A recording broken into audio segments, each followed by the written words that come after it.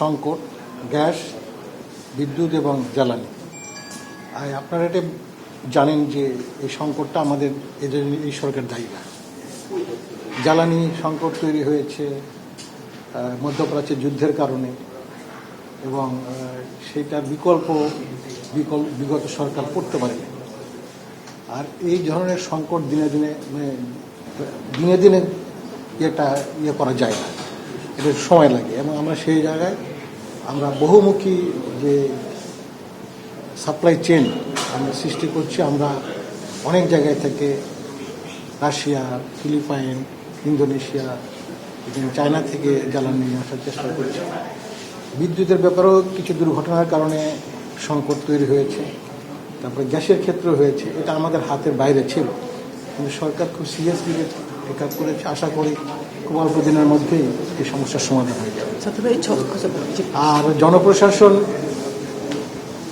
যেটা আপনারা লক্ষ্য করেছেন যে দীর্ঘ 18 বছরে এটা যেভাবে ধ্বংস করে দেওয়া হয়েছে, দলীয়করণ করা হয়েছে, সেখান থেকে বেরিয়ে আসতে একটু সময় লাগে।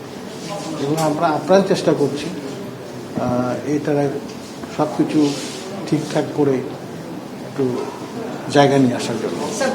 কমোডিটি প্রোডাক্ট সহ যদি 10 টাকা বাড়ে বেড়েছে শুধুমাত্র মিল্কভিটা দুধের দাম। এইটা একটু জানতে চাই যে বাজারটা ঠিকভাবে সরকার নিয়ন্ত্রণ করতে পারছে কিনা, কারণ জ্বালানির দাম বাড়লে তো বাজারের উপর প্রভাব পড়ে। তা আসলে আছে কিনা পে স্কেল দেওয়া? দুটো প্রশ্ন। পে স্কেল তো বিবেচনাধীন আছে এবং গভর্নমেন্টের কমিটমেন্ট আছে, এটা আমরা বাস্তবায়ন করব।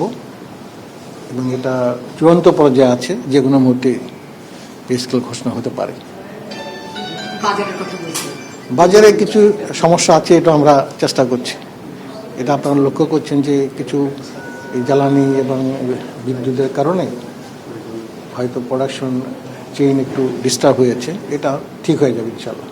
এই 6 মাসে এসে আপনাদের চ্যালেঞ্জটা কি ছিল সাত্তার ভাই, যেটা সামনের দিনগুলোতে আপনাদের প্রায়োরিটি কি হবে? আমাদের চ্যালেঞ্জ, মেইন চ্যালেঞ্জ হলো যে অর্থনীতি। ব্যাংক লুটপাট হয়েছে, লক্ষ লক্ষ কোটি টাকা পাচার করা হয়েছে, এবং আমরা বেসরকারি খাতকে ব্যাংক থেকে সাপোর্ট দিতে পারছি না।